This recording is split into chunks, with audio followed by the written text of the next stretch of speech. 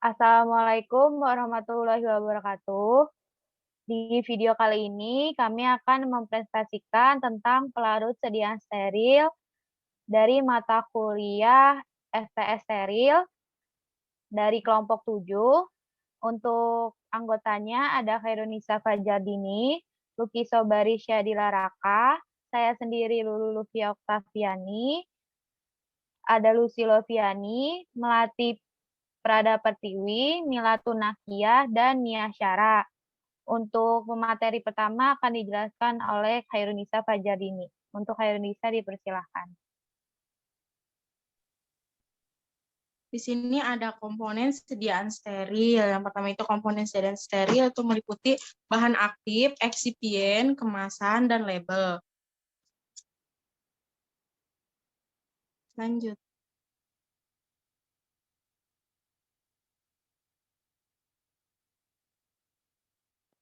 Sistem pelarut. Sistem pelarut yang pertama ada obat yang diberikan pada sediaan injeksi diberikan dalam konsentrasi rendah.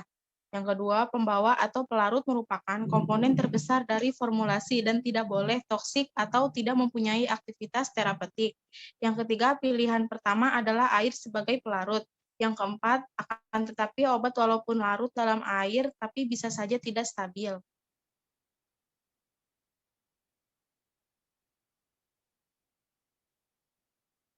Selanjutnya ada pelarut sediaan parenteral. Ruang lingkupnya itu komponen terbesar dari sediaan parenteral adalah pelarut atau pembawa. Pelarut air itu dapat bercampur dengan cairan fisiologis tubuh konstanta dielektrik tinggi.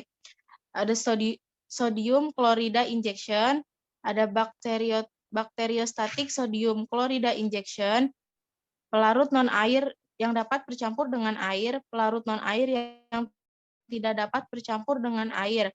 Minyak itu oleoneutralisata ed injectionem.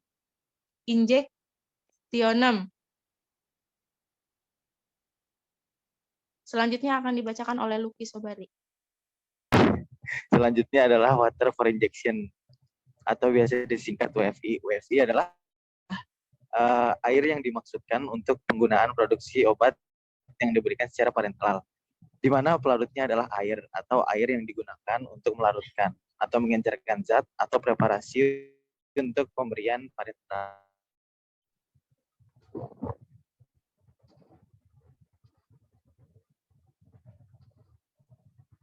Air adalah satu komoditas utama yang digunakan oleh industri farmasi. Air dapat digunakan sebagai eksipien atau digunakan untuk mengkonstitusi produk. Digunakan saat mensintetis senyawa selama produksi produk atau produk jadi atau sebagai agen pembersih untuk membilas peralatan, bahan utama kemasan, dan sebagainya.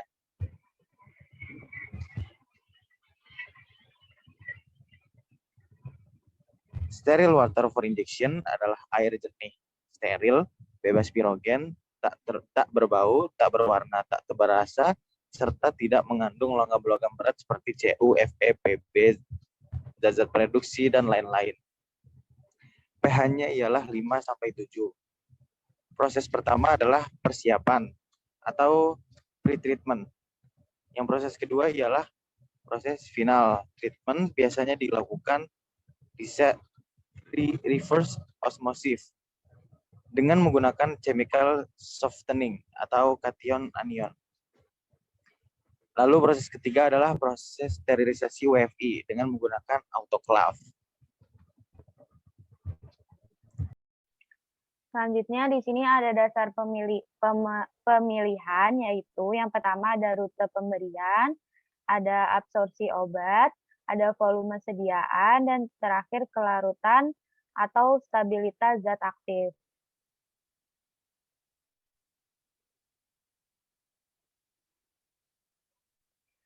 Yang pertama ada rute pemberian. Rute pemberian intravena harus dapat bercampur langsung dengan darah, yaitu pembawa air. Absorpsinya cepat dengan pembawa air, modifikasi untuk sediaan lepas lambat, bisa dilakukan dengan menggunakan campuran pelarut yang lain.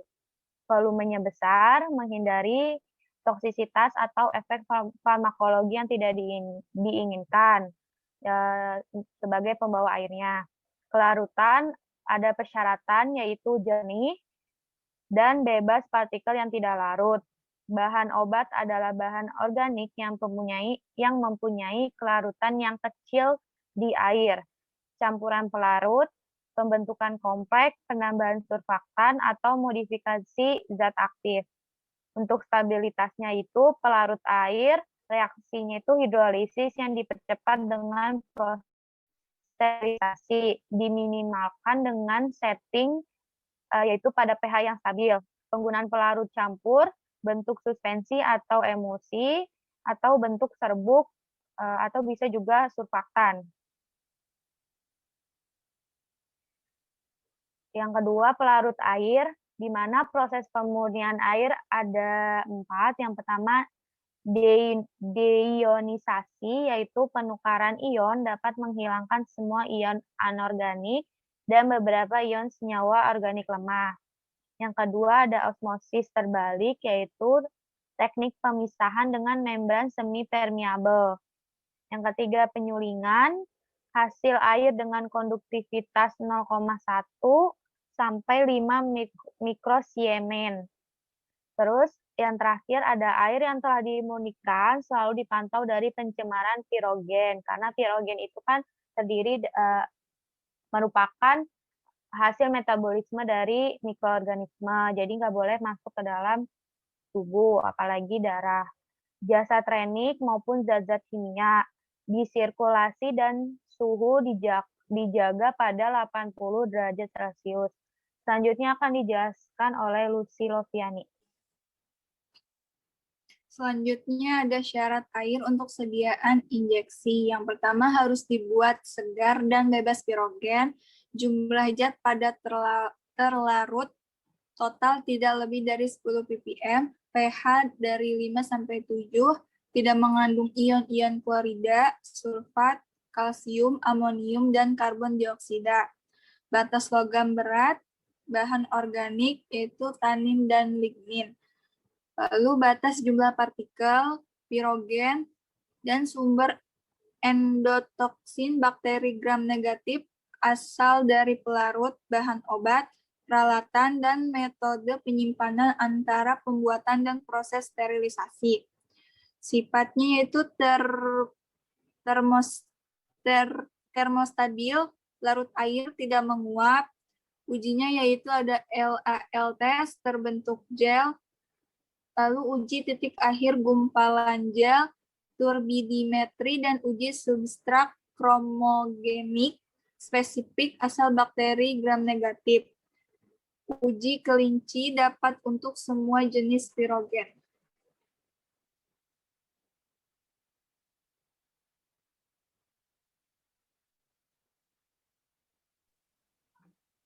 Lalu pelarut air yaitu pirogen, sumber endotoksin, bakteri gram negatif asal dari pelarut, bahan obat, peralatan, dan metode penyimpanan antara pembuatan dan proses sterilisasi. Sifatnya termostabilitas, larut air tidak menguap. Ujinya yaitu ada LAL test, terbentuk gel, uji titik akhir gumpalan gel, turbidimetri, dan uji substrat kromogenik spesifik asal bakteri gram negatif. Yang kedua, ujinya itu ada kelinci, dapat untuk semua jenis pirogen.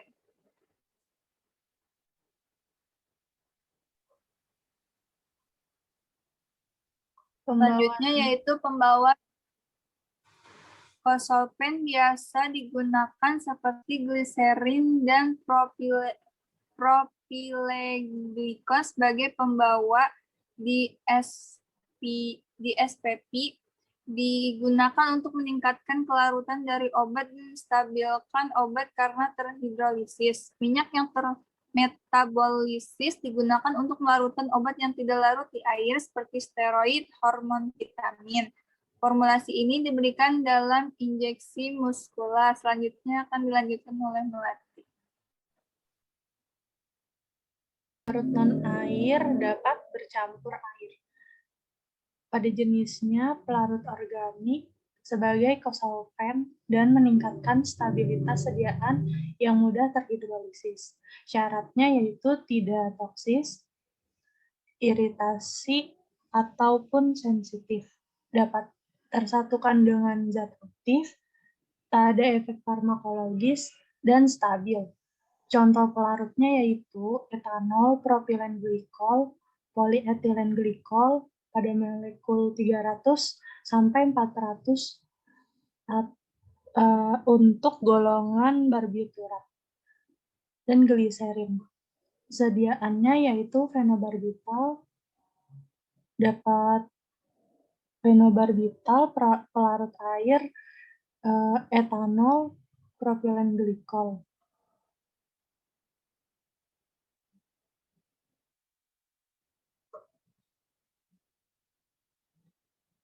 Pelarut non-air, pertimbangannya yaitu stabilitas fisik dan kimia pelarut pada berbagai tingkatan pH, kekentalannya yang harus sedemikian mudah untuk diperlukan sebagai suntikan, kemudahan mengalirnya yang harus dipertahankan pada kisaran temperatur yang cukup lebar, titik didihnya yang cukup tinggi untuk memungkinkan sterilisasi dengan panas, kemudahannya bercampur dengan cairan tubuh, tekanan uap yang rendah untuk mencegah timbulnya masalah selama sterilisasi dengan pemanasan dan kemurniannya yang stabil atau mudah dimurnikan dan distandarisasi.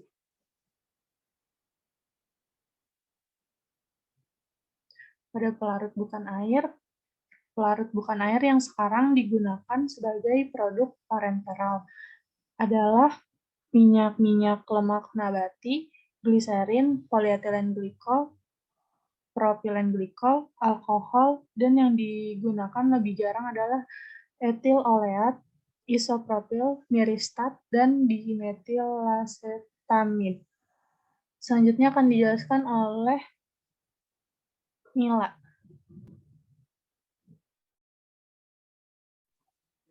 Pelarut non-air yang tidak dapat bercampur air, biasanya untuk tujuan kelarutan lepas lambat, diberikan intramuskular, minyak lemak, pembawa hormon, kalsiferol, dan menadion, isopropil, miristat, benzil benzoat, atau kosolpen ini dimerkaprol, dan hidroprogesteron, etiolat, atau kosolpen ini hormon deoksirribolin asetat, estradiol, monobenzoat, progesteron. Mencegah oksidasi minyak maka ditambah antioksidan, propil galat, BHA, BHT, dan tokoferol. Selanjutnya ada pelarut non-air yang tidak dapat bercampur air lanjutan. Minyak tumbuhan nabati yang berbeda-beda, minyak kacang, oleum arachidis, minyak zaitun, oleum olivarium, minyak mendel, minyak bunga matahari, minyak kedelai, minyak biji kapuk, dan minyak wijen. Oleum sesame adalah beberapa jenis minyak yang sering digunakan sebagai pembawa injeksi. Minyak harus netral secara fisiologi dan dapat diterima tubuh dengan baik.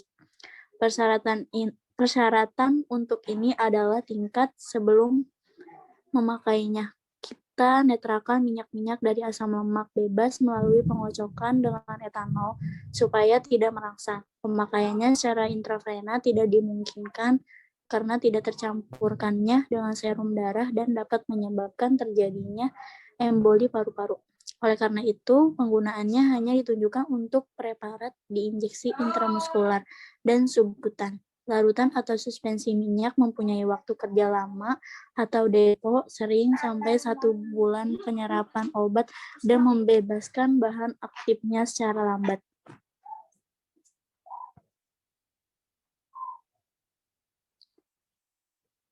Sebelum memakai, netralkan minyak-minyak dari asam lemak bebas melalui pengocokan dengan etanol supaya tidak merangsang, tidak memungkinkan penggunaan secara intravena karena tidak tercampur dengan serum darah dan dapat menyebabkan emboli paru-paru. Maka dari itu penggunaannya hanya ditujukan untuk preparat injeksi IM dan subkutan. Prosedur pengolahan Di sini pencucian dan sterilisasi ampul kosong. Yang pertama, lakukan pencucian dan sterilisasi ampul kosong sesuai SOP yang berlaku, pencampur atau pelarutan.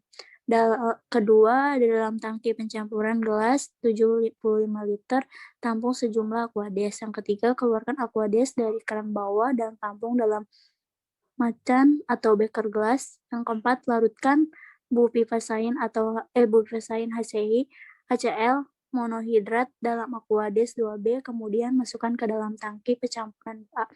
Yang kelima, larutkan dektrosa monohidrat PF1 dalam aquades 2B, kemudian masukkan ke dalam tangki pencampuran 2A. Yang keenam, yang terakhir, larutkan sodium asetat dalam aquades 2B, kemudian masukkan ke dalam tangki pencampuran 2A. Selanjutnya dilanjutkan oleh Mia Syarah. Selanjutnya yaitu bubble dengan gas N2, molekul filter 0,22, mikrohidrofob steril, periksa pH larutan, pH awal. Larutan asetik asid glasial dalam aquades hingga volume yang diinginkan. Gunakan untuk adjust pH. Selanjutnya yaitu atur pH larutan hingga pH 5,5 atau 5,0 sampai 0,0 dengan penambahan larutan 2H. Tambahkan aquades sampai 90% besar batch. Ambil sampel untuk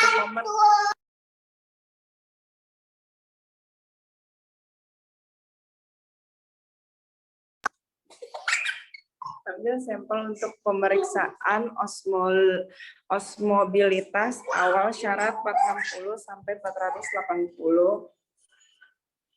m osmo per kg.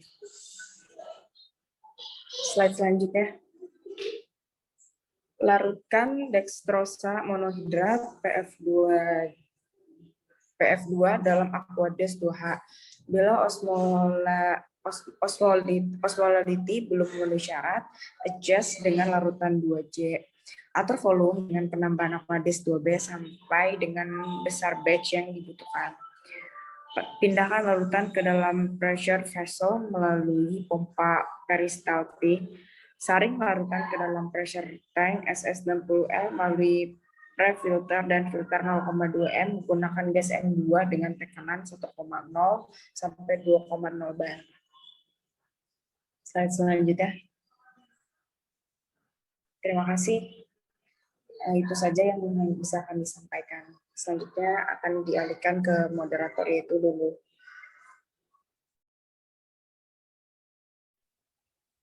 Jadi itulah presentasi dari kelompok 7. Kurang lebihnya mohon maaf. Wassalamualaikum warahmatullahi wabarakatuh.